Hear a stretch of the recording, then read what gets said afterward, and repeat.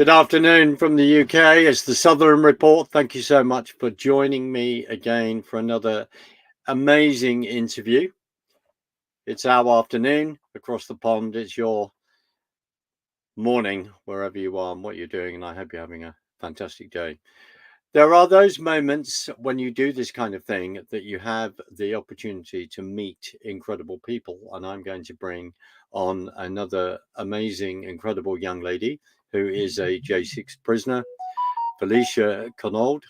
We're going to talk about her story and go in maybe in a number of different directions to bring you up to speed with the reality as we are staring at tyranny that is coming down the line faster than people would like to admit. Felicia, thank you so much for joining me today. And it was fantastic and a real privilege to meet you on the Connecting the Dots show, which I had the privilege to host. And thank you for joining me for an hour yesterday. Felicia, we touched on your story then, and I would, for my hope little but growing audience, I would be delighted if you would explain your story. I do know that you are about to be serving 45 days. If you could explain how that whole situation you have arrived at that point, etc. Thank you very much. Yeah, so I'll do a brief rundown, and people are welcome to follow up on it. But I am a single mama of one at the time of January 6th, now currently two boys. In 2020 is where I'll start. I got in a severe motor vehicle accident that about cost me my life, but it did cost me all of my 3 jobs and my vehicle, my house. I then started traveling to do landscape photography, living out of a vehicle. I traveled all throughout the United States. My last state I visited was Washington, D.C. I was present on January 6th. I walked along friendly people, entered into the Capitol, created no acts of violence, left the Capitol when asked, returned home. For the last 3 to 6 years, I had been saving and planning to have my second child. I did artificial insemination with it due to not having a partner, and had that procedure done immediately prior to being rounded up at gunpoint by the FBI. Found out in prison. I was put in prison after they rounded me up on solitary confinement, and I was there for a few weeks. I then found out that I was indeed pregnant. Through battling, was approved to return home on home confinement, ankle monitor, GPS tracking. While at home, I live in a very rural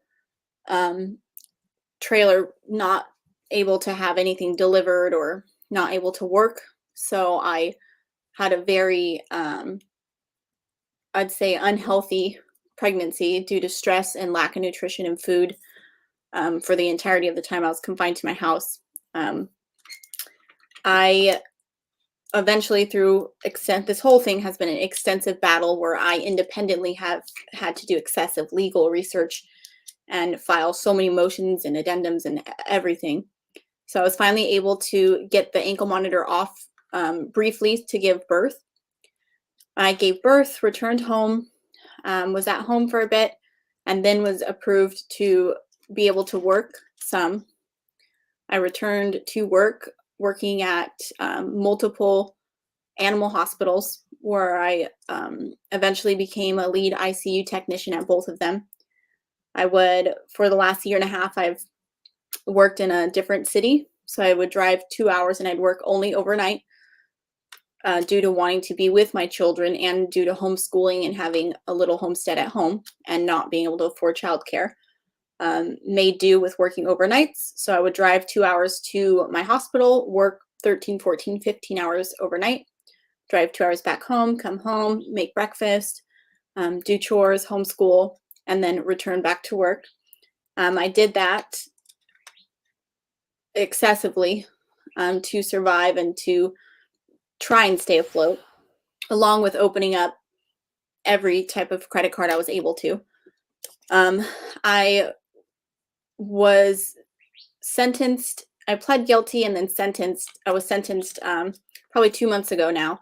Upon returning back from my sentencing, was immediately terminated from both of my long-term jobs, losing my income and insurance and everything due to now having a felony. I was facing up to 36 years in prison for being present there. I pled down from 5 charges, 2 felonies, 3 misdemeanors. I pled down just to 1 felony, which was due to being present. My presence there was obstructing law enforcement and aiding and abetting. So I now have a felony. I will be self-surrendering in just a few 3 weeks to prison for 45 days minimum, and then I'm ordered to return home and be on additional home confinement for about 3 months. My children, due to not having family, will be in 2 separate locations in 2 different states. I found a family that has also been prosecuted, but is very loving and aligns with my parenting styles, and has offered to take care of the 2-year-old now while I am away. But I do need to be able to figure out how I'm going to hopefully be able to stay in this house or this trailer that I'm in while I'm away, and to be able to support my children while I'm away, since the family is not financially able to care for them, but can physically care for them if I cover that part while I'm away. So that's kind of a quick, dirty rundown of. No, thank you, Felicia. On the day you were touring America, and then you found yourself in Washington State. So you hadn't planned to be at Jan 6 itself. You just Well, I arrived. did. So before Right. I left for my road trips, I would plan like, okay, these are the states I'm going to go to. These are the national parks I'll camp out at. So I had seen the president's message of wanting America to show up there on that day. Yeah. Yeah. And I was like, okay, well, I really want to go to Tennessee. That's my favorite spot. I'll go to Tennessee on this day. And then if I make it to DC, cool. If not, perfect. But I brought my med kit and everything in hopes to be able to make it. And I think I got there like the very late the night before, and I didn't think I was going to make it. Yeah. So they arrested you. You've talked about this. You actually you were saying that that's where you met the Proud Boys. You were standing with the Proud Boys, and then you actually went into the building. You were fist bumping the police there, etc., etc. So And fist bumping as in like a nice gesture, like with their fist, my fist, like, hey, what's up? Like a friendly, like, right. I don't So want that to be construed. so what was the crime? What they charged you for obstructing, but you weren't obstructing anyone. You weren't My obstructing. presence, they said my presence being there. So just by being there was not letting police do their job effectively. Right. Even though the doors, as we know, the doors only open from the inside. Yeah. Yeah, they were Right. 100% open from the inside. And I walked in without any no vocalization to disperse or that we're not supposed to go in there. I walked straight past police officers, greeted them, asked them if I can help them, told them I love them. So, and then as soon as eventually after shots were fired, those shots are when Ashley Babbitt was murdered. After those shots were fired, then they said, okay, guys, we just got radio that shots are fired. We need you guys to head out. And we said, okay, no worries. Thank you guys. Turned around, walked out. Yeah. So And I was with the Proud Boys, walking with them. I had met them for the first time that morning. 2 or 3 of them, shook their hands. They were very nice gentlemen. yeah. Didn't know anybody or anything else there, so was offered to walk and hang out. And I was like, sure, cool. I don't have any plans. And they were inside picking up trash, also not doing anything violent or. as you reminded me in another broadcast, and you've said this, that they've given Enrico Torrio 27 years, and he wasn't even there. I mean, this is another Yep. outrage story. They've given Joe Biggs 17 years. I mean, the big question is, of course, for what? So, could you describe? You were then arrested, Jan 6. You were then arrested on February the 10th, 2021. Could you describe that experience? What happened? Because I think this is profoundly important in regard to what we're seeing, which is total abuse by three-letter agencies. How Yeah. they actually came So, to your home and what transpired. yeah. And as far as the abuse thing goes, I think people highly underestimate, or they have some false sense of security or privacy. Right. And that is what it is. It's false, because there's nothing that you do in your life that they cannot openly find out. Companies will have policies where, oh, you have to go through this first, or you have to prove this first before we'll give you their information. That's not true. They, with no restrictions, no laws, no guidelines, accessed anything and everything they wanted to, for not just me, for people I didn't even know that were they thought may be associated with me, that were not. They looked into all of their information too, which normal people say that's illegal. There's no way they could do that. They they did, and it's not up for debate. It's not my opinion. It is a proven fact of that has happened, not just to me, but to thousands, hundreds of people for this instance, and many more for other instances, that people are turning a blind eye to. So that morning, after they had done their surveillance and excessive investigation into me, whenever they decided to come to my house, they geared up on the corner of my small town, and then brought their undercover vehicles. There was many, I don't know, 15, 20 undercover vehicles. They blocked off the entirety of my road, ordered me out of the house. As I was walking through the house, I looked out of my side door and I could see all of their undercover vehicles in the road. And then all of the FBI agents surrounded my house with their ARs and shields. I walked to the front door. As soon as I opened the door, they're there with guns in my face and shields, ordering me out, like hands up. And I was still half asleep, and also kind of irritated because I'm a single mom that does homesteading. Like, I hatch chicken eggs and like bake bread. So to have all these grown men and some women at my face with their guns and shields screaming at me, I was kind of mad, to be honest. I thought it was a joke and I was really pissed. I was like, what the fuck are you, like, what is going on?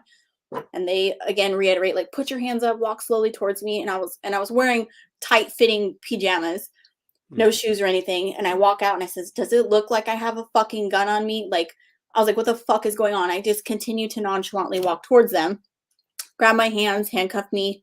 They never showed me a warrant, never told me what was going on, what they were there for, why I was being arrested, never read me my rights, like nothing. They don't have any rules that they need to follow.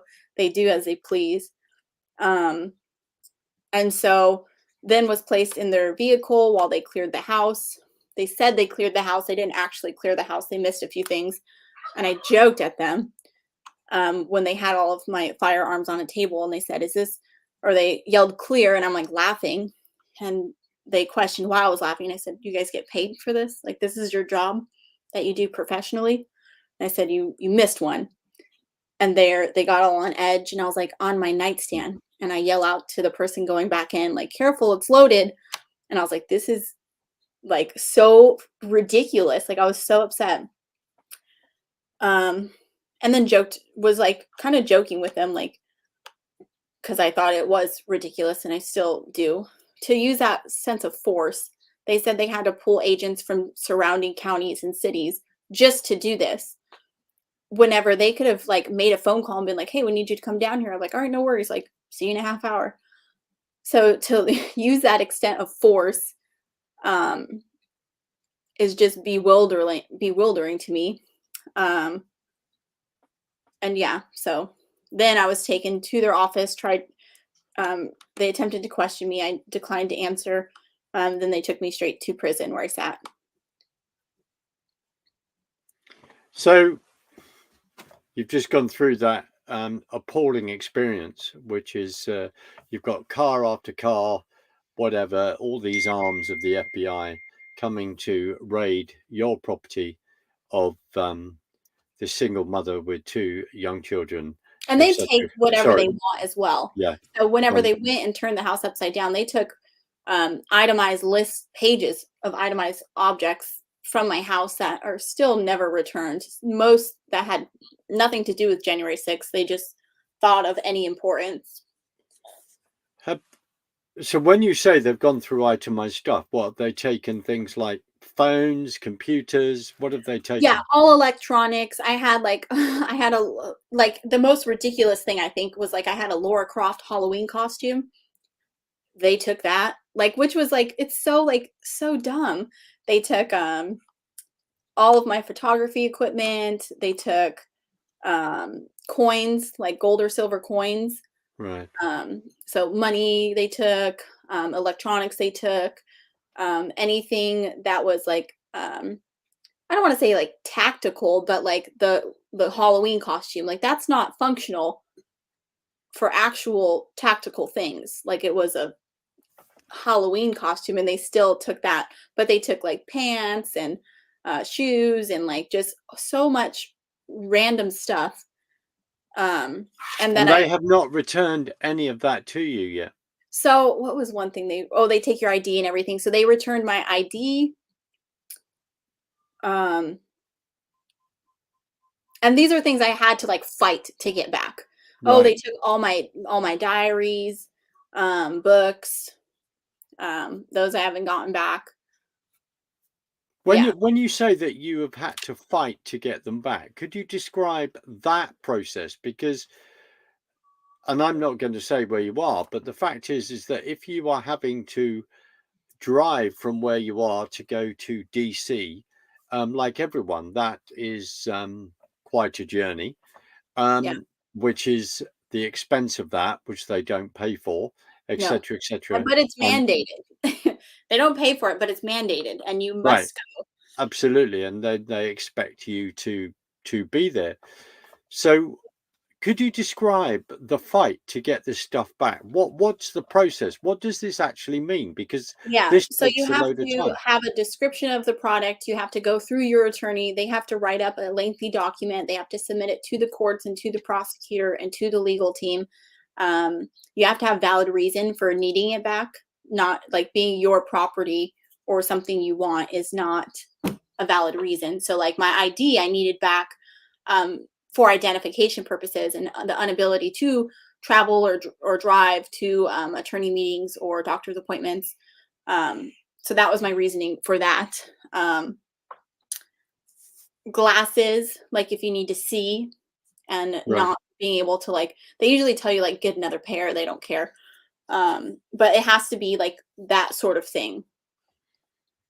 So they arrested you. You're taken to the police building, the police station. How The long were FBI you? headquarters. Sorry. It was only people that interacted with me were the FBI. So I was Right. taken to the FBI headquarters. No local police or sheriffs or anything were involved.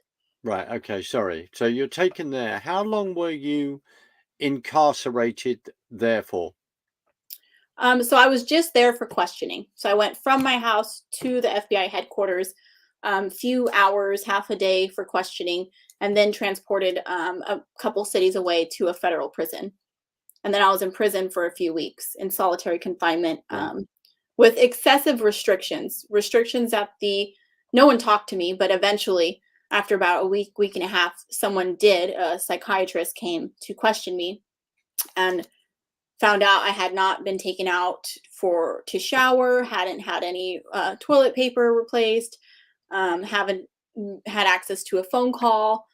And when she was very upset by this, as was I.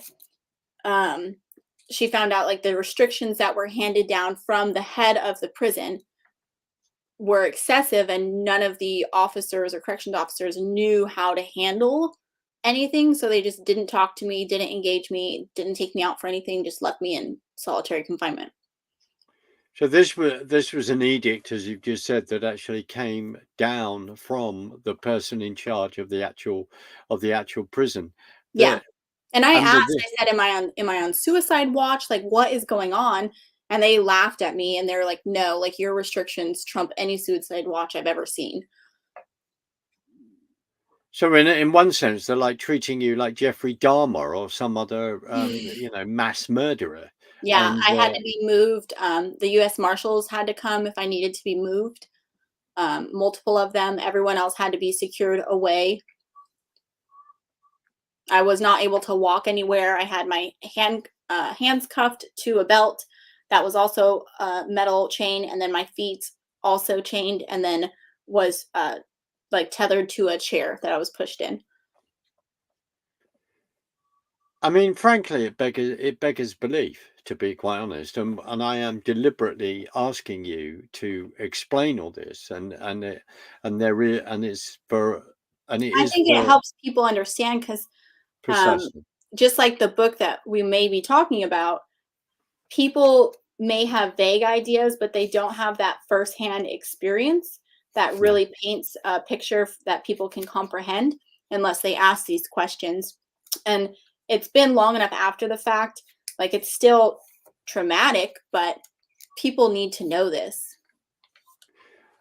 I mean, because when you were released from there, you were then sent home, and you, as you've said, you had a tag put on your leg. You were then incarcerated in your own home For no, for it didn't count towards anything. It was strictly because they thought I was a danger to society. I met no requirements for home confinement. It doesn't count afterwards for any time served. It was just a condition that they felt like putting on me that was also unheard of. Um, yeah. so we end up concluding, and I'm sure if you think about your school days and also my own teaching experience, we come up with this whole thing, don't we? And also in history, where people want to make an example of others, example of an individual, so that others will then not respond, and they think we're going to scare people so that they will not respond. And of course, as the whole Jan 6 thing has then unfolded, we have then worked out um, the Fedsurrection, the lies. We have then seen the control within the media, etc., etc. Felicia, how and we're coming up to nearly ending the sort of first half an hour of the conversation, and then we're going another direction. But how were people treated you? What they made loads of assumptions? Have they actually fallen for the media lies? What Yes, are your thoughts? Right. absolutely. Absolutely. I've had friends that I've known the entirety of my life that I have gone above and beyond and self sacrificed extensively for, who previously would say there's nothing that anybody can do or say that would alter our friendship or like anything. And those people turned their back and judged me. And it took close to recently until they kind of woke up and were like, hey, like, I know when you first came back and I called you a terrorist and didn't want to be your friend anymore and disowned you while you starved at your house. But I saw a bunch of stuff recently, and I think what you were telling me originally is true. And I can't be upset. Or I suppose I could, but I choose not to be upset, not to judge them. I just sit there silently in acceptance, like, well, I'm glad that you decided to trust me now. I was outcasted by all like on the like I don't know what it's called, like systemically, I don't know if there's a tag on me, but I'm banned off of like all trading apps, all financial apps, all social media apps, housing apps, like everything, banned off of everything. So that, alongside with being exiled from people close and near, was excessive immediately. And then it has slightly, significantly dived down as people have learned more of the truth that I have tried to like tell them for a long time. I don't know how to articulate that.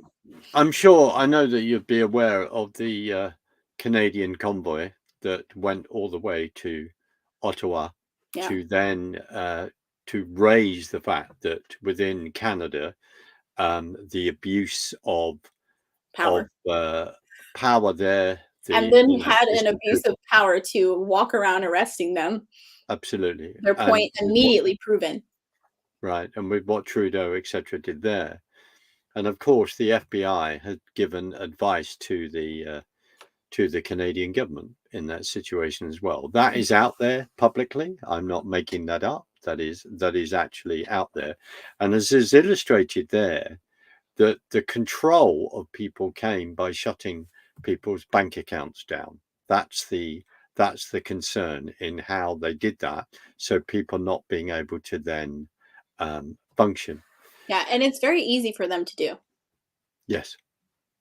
What kind of sort of disconnect comments have people made to you when they've gone? I suppose the hint is, well, this is America.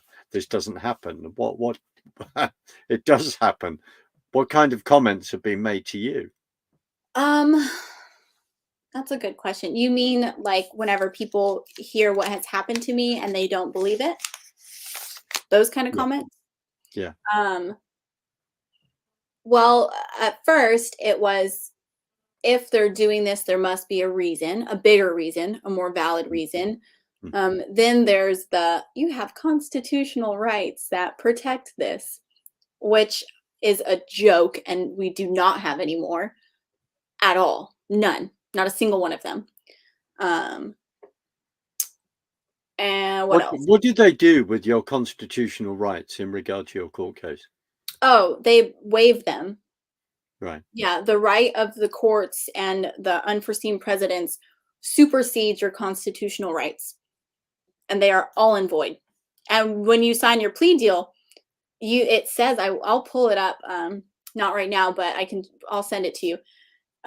For all plea deals, you sign away your constitutional rights as well. So not only do they automatically take them, and the judge says that at every status hearing, he'll verbally say that to all the constituents, and then additionally, you sign them away at your plea deal. So they've suspended your constitutional rights. Has that been something that still people can't believe? They cannot get they their think, head. I don't know who in the mighty sky they think bestows these rights upon them and protects them. But it's the people that do that. They bestow them on themselves and they protect them, and no one's doing that, and no one has done that. Everyone's gotten lazy and complacent and just assumes they're there, but they're not. The freedom to travel, freedom to speak, freedom to defense, freedom of a timely trial, all of them just gone with no debate. It's not something that you can argue or fight. Well, you've said, as you so often do, a very profound thing there. The most important thing, without a debate, it's just being done. Yeah, people think there's a chance. I think that's another one of the ignorant things that people will say is like, oh, well, if that happened to me, I would do this, or they would never do that to me. Let's follow this thought through. Yeah. That's a very very stupid thing to actually say to you, instead of actually really putting themselves in your shoes. I mean, I'll just be very frank with that, because the way That's that you one were, that I don't really have much of a comeback to, because I feel like the epitome of they wouldn't do that to me. A single mom sitting at home teaching her kids was rounded up by the FBI and sat in solitary confinement and imprisoned and tortured for 3 years and counting. So whenever people say, that would never happen, that can't happen here, that would never happen to me, it has happened to thousands of people, and it uh, will. absolutely, and they want to round up more and more people. And it's Hence, not because of what happened on January 6th that they're rounding these people up. And I don't think people quite understand that. Like, people walking into the Capitol is not why they're rounding everybody up. go on. Why are they doing it? Because people stood up for their inalienable rights, the rights that people assume are just automatically there. These 500,000 or more people showed up that day because we know those rights are not there. We know that we're being used and abused, and imprisoned systemically. And we stood up for that non-violently initially, and got gassed and beaten and explosives thrown at us. And that's when people went from a very peaceful, happy, singing assembly to address grievances to pushing back. The reason I think that they're rounding up these militia groups, which are constitutionally protected, Yeah. is because the greatest threat is a dominant male. So that is why they're in prison for 17, because they vocalized, this is our constitutional right, this is what we believe in, we're going to go stand up for it. And they're the ones that get the book thrown at them, because you can't have families, you can't have children, you can't have independent thinking people if you take away heads of household. Then you keep the kids in the system, you keep the moms away from their children and enslaved working where they work so much. I've been a single mom since I was 16. I've been working 2, 3, 4 jobs the entirety of my life. And if you think I have the energy to go protest at a Capitol or start a new amendment or voice my grievances whenever I'm doing that, you're wrong. Like, they make it physically impossible to be proactive for any of our freedoms, because we're so enslaved trying to feed ourselves and keep the lights on. And the only reason I had the opportunity to go and stand up was because I had been incapacitated. I degloved my face and broke my back and lost all of my jobs. That was the only reason I was able to show up that day. So what do people, I mean, sorry, I'll say something else.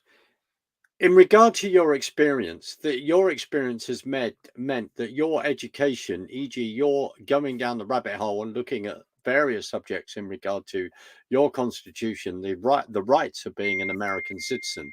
Is it a You were rabbit you hole were or is it education? Is it furthering my education or is it going down a hole, right? right. So what is the answer? What is the answer here? How do we then wake people up? Do people want to be woken up, or do they not? No. Wow. No, I think no. And you don't even know. It's a saying that I like to say is, you don't know what you don't know. Right. So if you don't know that the food you're eating is poisoning you and putting you in the medical system that was paid for by the people that create the poison and the solution, like, if you don't know that, you think you're doing good. You think you're doing the right thing. You don't know why you have cancer. You don't know why this is happening, why you have an autoimmune disease. Because you do all the things, you do everything your doctor says, but that doctor's education was paid for by the people that make the disease. So if you don't know that, you don't know what you don't know. And it's a Mm. lot of work. It's stressful. I go to the grocery store and I wish at times I didn't know as much as I do, because it's so tiring. Like, I wish I was blissfully ignorant and I could pick a bag of Doritos up. But I look at it, I'm like, good God, I can't. Like, I can't do it. So why would you? Life's already hard enough. Why would you voluntarily make it harder? Was this were you on this road of examining things and not accepting things in the way that you've been explained before January the 6th, or has this happened since January the So 6th? it was odd, but immediately after my accident, I had a complete, like, there was a lot of brain connections severed. Um, and it was an instantaneous change because I was fully mainstream, typical person prior, had my accident, and immediately upon discharging myself from the hospital, had that switch in mentality severely to where everyone noticed. Right, right. Okay, we're going in a slightly Also, different I think direction. being stuck at my home for a year Yeah. straight, I did a lot of research. Okay, brilliant. I do. Sorry, absolutely. I mean, I find myself saying to a lot of people, I'm not asking you to agree with me.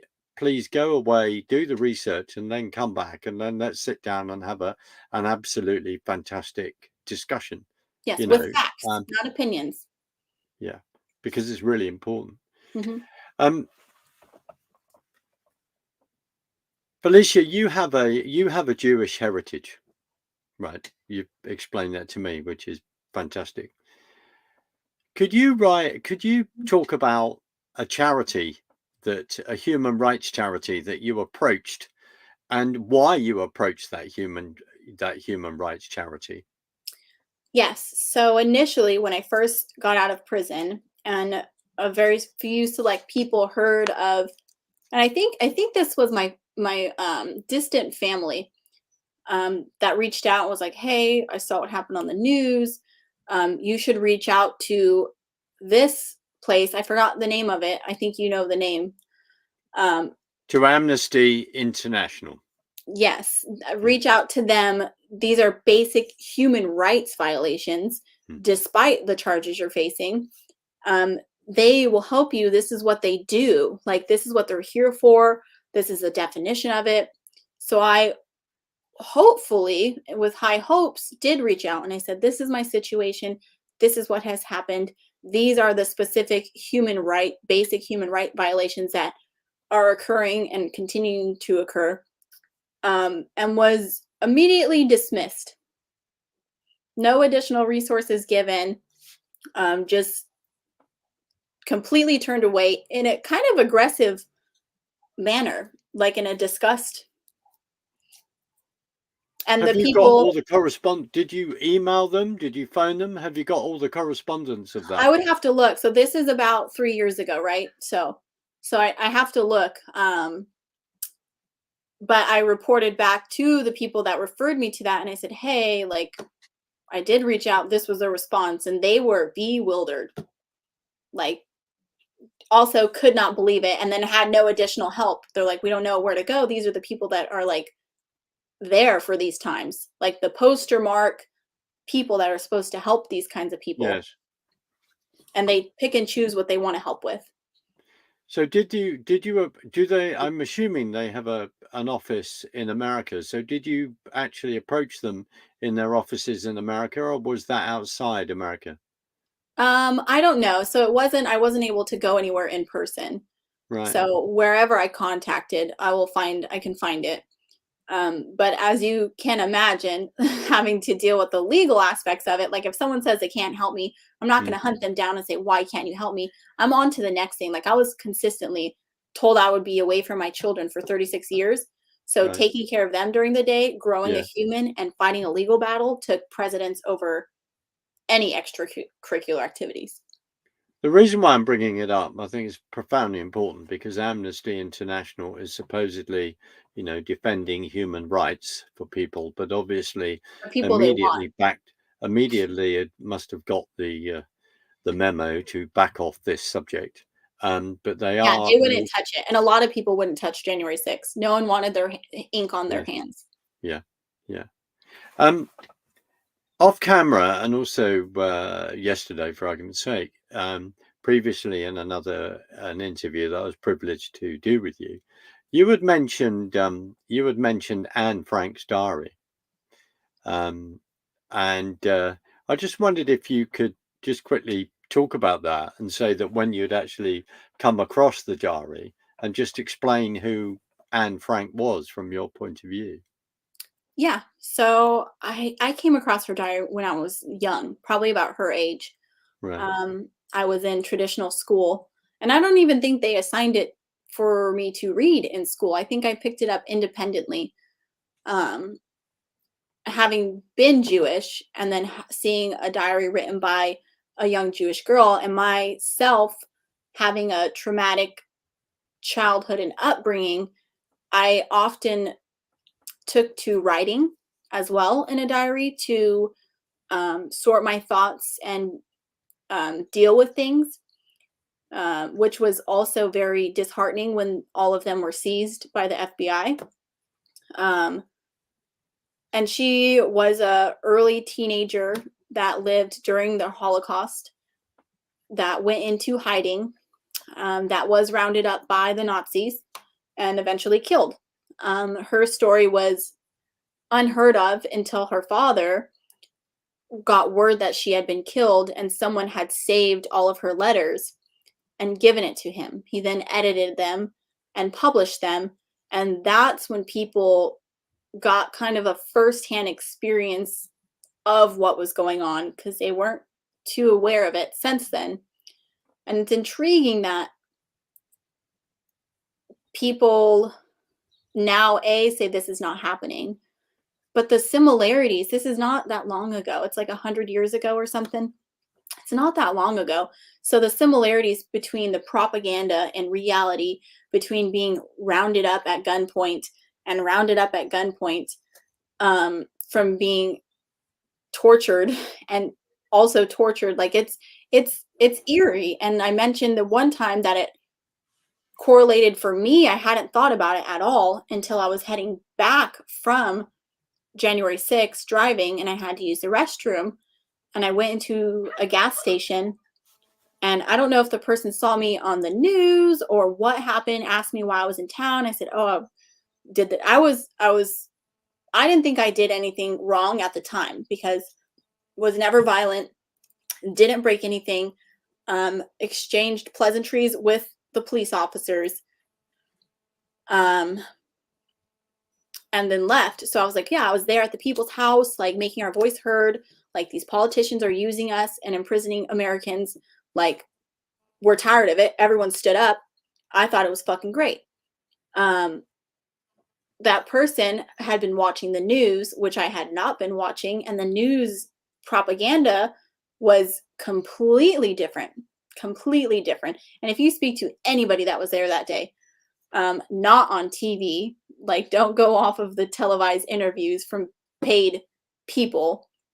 If you speak to anyone personally that was there, 500,000 people, they will all tell you it was a very happy, joyous atmosphere that had everyone of all walks of life and cultures united. So his view was different than my view. So I walked in and was like, yeah, I was here for this. And his eyes got big and he's like, you can't be here. And I was like, what are you talking about? I can't be here. And he said, no, no, no, no, no. And I was like, I just need to use your restroom. Like, I'll buy something. That's okay. And then someone at that point was also walking in and he's like, okay, quick, go in the bathroom. And the bathroom wasn't like it was a small gas station. It wasn't like a normal bathroom that the public can use. It was one behind the register, behind a door, like in a back closet type area. So I go back there into this unkept bathroom and I use the restroom, or he tells me, don't come out until I tell you it's safe. And I'm walking to use the restroom and I'm just marinating on those words. Like, what do you mean until it's safe? And I'm just like kind of in disbelief, just straight disbelief. So I use the restroom and I'm just sitting there waiting and I hear the person outside picking out stuff and ringing out and checking out. And then the guy comes back and knocks on the door. He's like, okay, quick, come out. And I come out. He's like, you have to go now. Like, don't tell anybody you did that. Like, you leave, like, go home. And I'm like, oh, okay. And I do. And at that time when I was sitting in the bathroom waiting, I was like, I feel like I'm like Anne Frank hiding in a closet, like being Right. told to be quiet. Like that is when I had that resignation. And then since then have thought of the similarities and reread that book, and it's just eerie. It's so eerie. I've got a copy of it here, right? And it's why the American Gulag Chronicles book is called The American Gulag Chronicles, not because of Anne Frank, even though there is a complete parallel with what was, this is happening in Germany, Russia, and the fact that Alexander Solzhenitsyn was put in a gulag, and which is a Russian labor camp at that time. For anyone that doesn't know that within Second World War history, he was put in a gulag. And the reason why he was put in a gulag is because he made some sarcastic or funny remark about Stalin's moustache. And a friend then, or ex-friend of his, I would have thought, then wrote a note saying this is what Alexander Solzhenitsyn, who was in the Russian army as an officer, as a soldier, and then he found himself in the gulag, and then he wrote the epic book, a Gulag Archipelago. But I want to, if you don't mind, I want to read something here because the parallels are real. The parallels are extremely real. But I want to read this. Yeah. Thank you. When Anna's, so this is Anne Frank, right? At, I think, 12, 14 years of age. Yeah. About 13. When Anne's sister was called up in July 1942, they were in Holland. The Frank family decided to go into hiding earlier than planned. For 2 years, they lived with another family in sealed-off rooms in Anne's father's office building. During their time in hiding, they heard of countless Jewish friends who were being loaded into cattle trucks and taken off to concentration camps.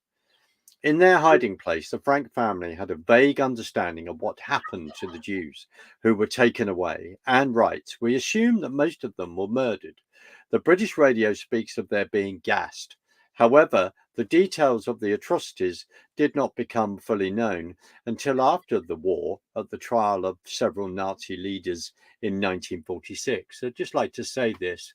Gas, Cyclone B, created by the German pharmaceutical company under IG Farben, a pharmaceutical conglomerate created in 1925, which a company called Bayer is also associated with that.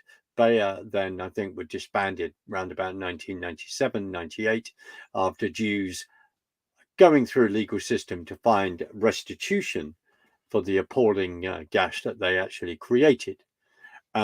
This is real. This is historical. As we go down the epilogue page here, at the extermination camps, people were asked to undress, given soap and towels. They were going to take a shower, and then herded into gas chambers. Poison gas was poured into the chamber, and within 3 minutes, the people were dead. In Auschwitz, the extermination camp in Germany occupied Poland, up to 2,000 people were slaughtered at once. By the end of the war, 2 million Jews had been slaughtered in Auschwitz, and it's estimated that over 6 million Jews had perished throughout Europe. I have actually, on a personal level, stood inside the gas chamber in Auschwitz. It's one of the most harrowing experiences of my life and something that I will never forget. In 1944, the Frank family were found by the Gestapo and sent to Auschwitz. The extermination camp in Germany occupied Poland. Van Dun, one of the people who had shared the secret annex with Anne's family, because they're off in their house was a secret annex where they hid other Jewish people to save their lives and where they could be hidden. He was, who had shared the secret annex with Anne's family, was selected for the gas chamber. Anne's father, Otto Frank, was put into the camp hospital and survived the war. Anne's mother died in the camp, and 2 months before her death, Anne and her sister were sent to the concentration camp at Bergen-Belsen, where they both died after catching typhus. Anne died in March 1945, 2 months before Holland was freed, and 3 months before what would have been her 16th birthday.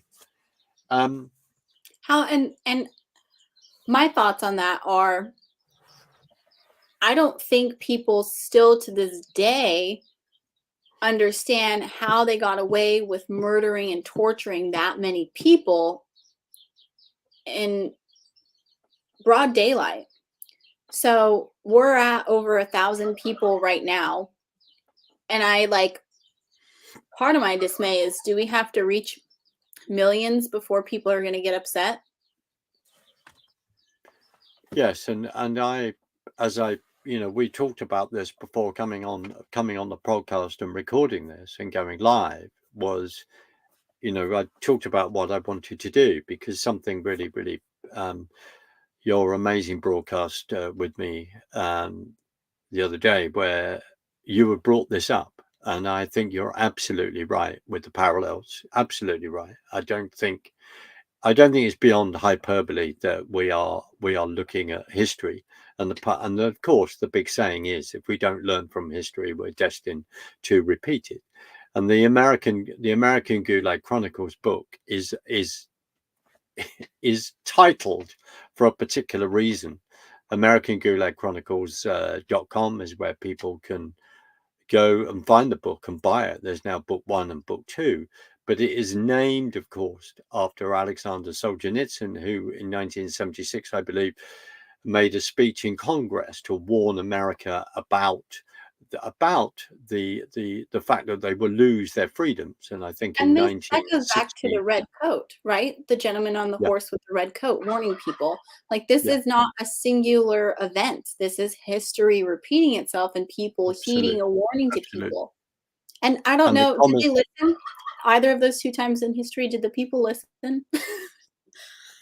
I hear you, because the goals of communism, the 45 points, were read into, put into the congressional record, I believe in 1963 65. I've forgotten quite date. We're coming up to just got a last few minutes before we end this, and Felicia, just thank you again for joining me today. Before we go and end off with final comments, could you please explain to everyone where they could help you financially, the page that you've set up? Yeah, so I've been reluctant to try and fundraise. I've always been a person that takes care of myself or makes do with what I have. Outside of eating canned meals for an extended period of time now, I have no choice but to fundraise. I need to be able to have a home to come back to. I need to be able to feed and support my children while I'm in prison and on solitary confinement in my house for months after that. I've been banned off of Cash App, PayPal, uh, Venmo, Stripe. There's more I can't think of, but I made a Give Send Go that is currently active. And it's givesendgo.com/Felicia123. Right. And anything does help. This isn't for, I'm not trying to pay my attorney fees and stuff. That's something that I'll be paying for the rest of my life. But I do need funds to get my children to safety and to provide for them while I'm away, and to catch up on past immediate bills so I have a house to return to. Thank you. And I just want to urge anyone that very kindly listens to this amazing conversation that I have had the privilege to have with Felicia today, to get behind her and support her, and also to get behind all the other J6 prisoners to raise awareness of this and what's going on, which words frankly aren't good enough. I've had the privilege to witness a heck of a lot on the ground personally, and be on the end of understanding what has been going on, and it's been a huge fight to get the truth out in the media. Felicia, I'm really sorry, but I'm going to have to end this conversation. I hope that we can do it again. We need to get you being interviewed by other people and to get your story out. So I just want to thank you. I'm going to play us out. Please don't leave. I'll say goodbye on the other side. But to say thank you very much for joining me today. It's been such a privilege. Thank you. Play us out.